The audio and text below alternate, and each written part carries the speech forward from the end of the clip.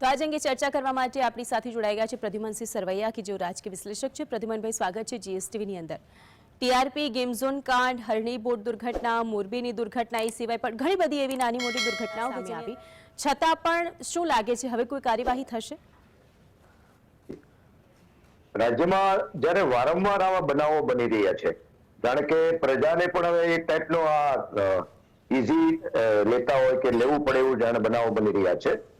જૂના બનાવો ભૂલી રહ્યા છે, નવા નવા બનાવો બની રહ્યા છે, ત્યારે ખરેખર વિચારવું જોઈએ કે આ પ્રકારના બનાવો શા માટે બની રહ્યા છે। ને ખાસ કરીને આપણે જોઈએ છીએ બાળકોની બાબતના અકસ્માતો વારંવાર બની રહ્યા છે। આ આપણે જોયું બરોડાનો અત્યારે જે હેલિકોપ્ટર જે હતું રાઈડની એ મેળામાં, અને સરકાર આપણે જોઈએ નિરંતર ક્યાંક ને ક્યાંક નવા એક્શન લે છે।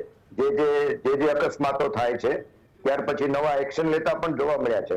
આપણે એ જ રીતે ફાયર સેફટીમાં પણ આખા ગુજરાતમાં જે બનાવો પછી એક્શનો લીધા, એમાં ઘણા નિર્દોષ માણસો કે ઘણા વેપારીઓને પણ તકલીફ થઈ, પરંતુ એક્શનો લઈ રહી છે છતાંય આ પ્રકારના બનાવો શા માટે બની રહ્યા છે? અને જ્યારે આપણી સરકાર, જેને આપણે સંવેદનશીલ સરકાર કહીએ છીએ, એ સરકાર બાળકોની જ સંવેદના, સલામતી અને જેને કહેવાય કે જરૂરિયાત જાણવામાં આપણે સામૂહિક રીતે ઊણા ઉતરીએ એવું લાગે છે। અત્યારે આપણે ભૂતકાળના હમણાં નજીકના જે બનાવો જોયા એમાં સૌથી વધુ બાળકોને અસર થઈ છે। બાળકોએ જાન ગુમાવ્યા છે। એમાં તો ખાસ કરીને હમણાં જ આપણે જોયું ઝઘડિયાની જે બાળકી ઉપર રેપ થયો, બળાત્કાર થયો, એ પણ એક ક્યાંક ને ક્યાંક તંત્રની કે આપણે સમાજની જે કઈ મનોદશા કે કઈ તંત્રની ખામી જ ગણાય। એ જ રીતના રાજકોટમાં ટીઆરપીમાં જે 27 થી વધુ બાળકોએ જાન લીધા, એ જ રીતના સુરતમાં તક્ષશિલામાં જે ટ્યુશન ક્લાસીસમાં જે આગ લાગી હતી, પછી આ હરણીકાંડ, બોટકાંડમાં 12 બાળકો આવ્યા, અને આ રીતના નિરંતર જ્યારે બાળકો ભોગ બની રહ્યા હોય ત્યારે ચોક્કસ આપણે વિચારવા મજબૂર કરે કે અંતે તંત્ર ક્યાં ઊણું ઉતરે છે। નિરંતર આપણે નવા નવા નિયમો લાવ્યા કરશું, પણ બનાવો તો નિરંતર બની રહ્યા છે।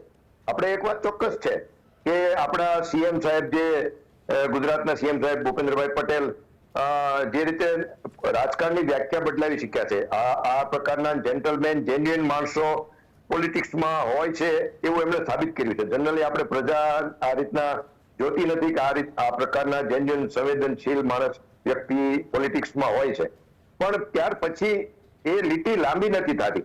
નીચેના જે કર્મચારીઓ છે, એડમિનિસ્ટ્રેશન છે, જે કોઈ પોલિટિશિયનો છે, જે હોદ્દેદારો છે, ચૂંટાયેલા પ્રતિનિધિઓ, એ પોતપોતાની ફરજ ક્યાંક ને ક્યાંક ચૂકી રહ્યા છે। માત્ર નિયમો બનાવવાથી નહીં, પણ નિયમોને ફોલોઅપ લેવું એ સૌથી વધુ મહત્વનું છે।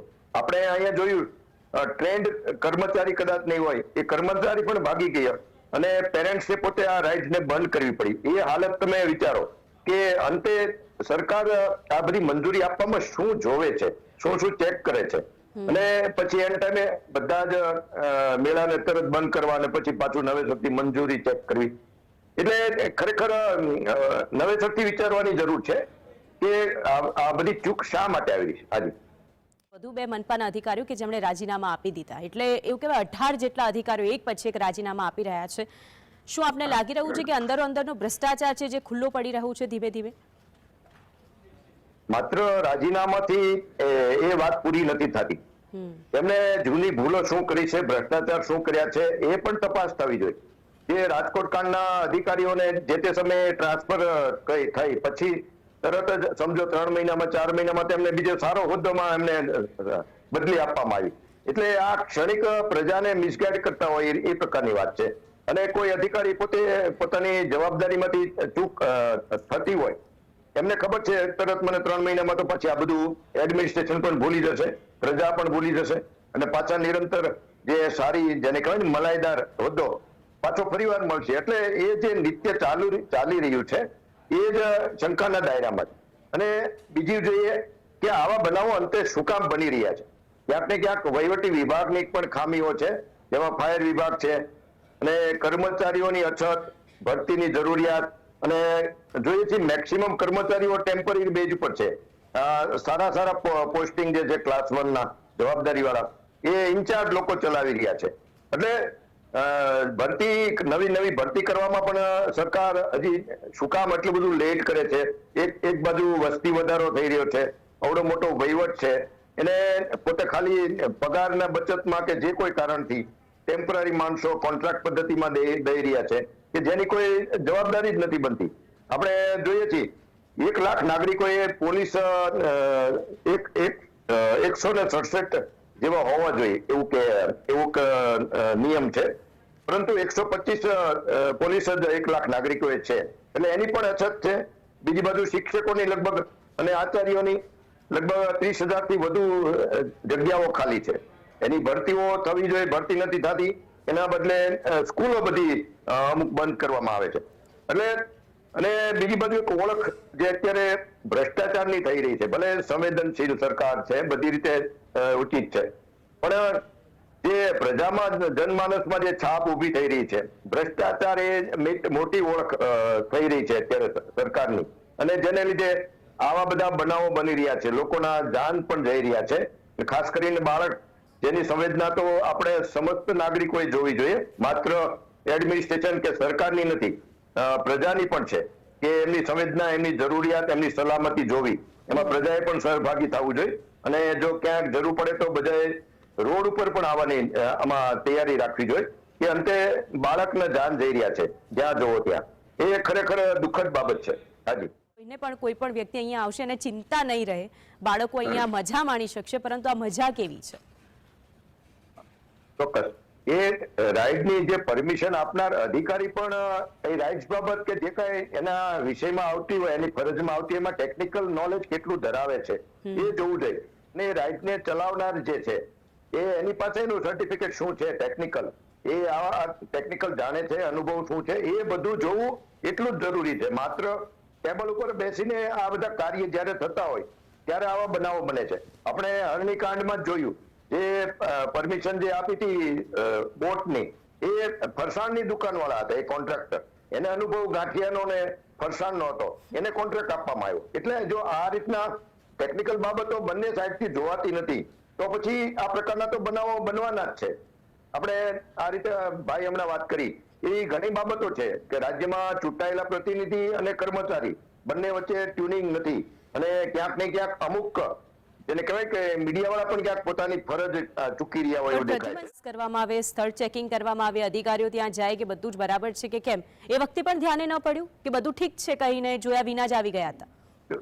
ચોખ્ખી વાત કરીએ તો સ્થળ ચેકિંગ થી વિશેષ ટેબલ ઉપર, સ્થળ ઉપર જે વજન મૂકવામાં આવે છે એ મહત્વનો થઈ ગયો છે. હવે તમે અત્યારે આમ પ્રજામાં પૂછો તો ખબર પડે, જે ભ્રષ્ટાચારનો આંકડો જે વધી ગયો છે, જે વસ્તુ 5,000 ભલે ભ્રષ્ટાચાર 1 રૂપિયાની હોય કે 5,000 નો હોય, એ દરેક ખોટો જ છે, કાયદાથી વિરુદ્ધ છે, ધર્મથી વિરુદ્ધ છે. છતાં એ 5,000 વાળી ભ્રષ્ટાચાર હવે 25,000 થાય છે. એટલે ભ્રષ્ટાચારમાં પણ મોંઘવારી આવી છે. એટલે ભ્રષ્ટાચાર ફૂલ્યો છે, ફાલ્યો છે એમ કહી તો ચાલે. એક બાજુ ધર્મના નામે ચાલતી સરકાર પ્રજાની પોતાનો ધર્મ છે પ્રજા પ્રત્યેનો, કે સરકાર કે કર્મચારીઓ, એ ધર્મ ચૂકી જાય છે. એ પ્રજાની સુખાકારી, સલામતી, મોંઘવારી, ભ્રષ્ટાચાર, આ બધી બાબતે આંખ મીચામણા કરી રહ્યા છે. એને લીધે આપણે બનાવો આપણે જોઈએ છે બની રહ્યા છે. અમદાવાદમાં જ હમણાં જોઈએ, લુખ્ખાઓ જેને કહેવાય કે ગુંડાઓ ખુલ્લી તલવારે પોલીસના ગાડીને ભગાડે. એનાથી વિશેષ નબળી વાત કઈ હોય? એક બાજુ તમે એમ કહો છો કુછ દિન તો બિતાવો ગુજરાત મેં, હવે કદાચ એવી જાહેરાત કરવી પડશે કે કુછ ક્ષણ કે કુછ દિન ही બિતાવો ગુજરાત મેં, વધારે નહીં બિતાવતા, તમારી સલામતીની કોઈ જવાબદારી નથી. આ એ ટાઈપનું છે. અહીંયા જો ડુપ્લિકેટ કોર્ટથી માંડીને ડુપ્લિકેટ સરકારી ઓફિસો અને ડ્રગ્સની બોલબાલા, એટલે અધિકારીઓ ડુપ્લિકેટ, આવું ક્યારેય ગુજરાતે જોયું નથી, અને દેશમાં પણ આવું જોવા નથી મળી રહ્યું. એટલે ગુજરાતની છાપ જે હતી પહેલા, એનાથી બિલકુલ વિપરીત થઈ રહી છે. એટલે એમાં રહેલી ખામી ક્યાંક ને ક્યાંક બધાને જાગૃત થવા માટે મજબૂર કરે છે. એ સામૂહિક જાગૃતિ આવવી જરૂરી છે. ભાઈએ કીધું જે રીતે વિરોધ પક્ષના પણ હોવો એટલો જ જરૂરી છે, તો જ લોકશાહી ટકી શકે. માત્ર કોઈ હોમ મિનિસ્ટર એક સરસ મજાની હોટ સ્પીચ આપે એટલે બધા ખુશ થઈ જાય અને નિરંતર આવા પણ અહીંયા તો પ્રદ્યુમનસિંહ નિવેદનો આવે એના બીજા દિવસે હત્યાના બનાવ સામે આવે છે. પછી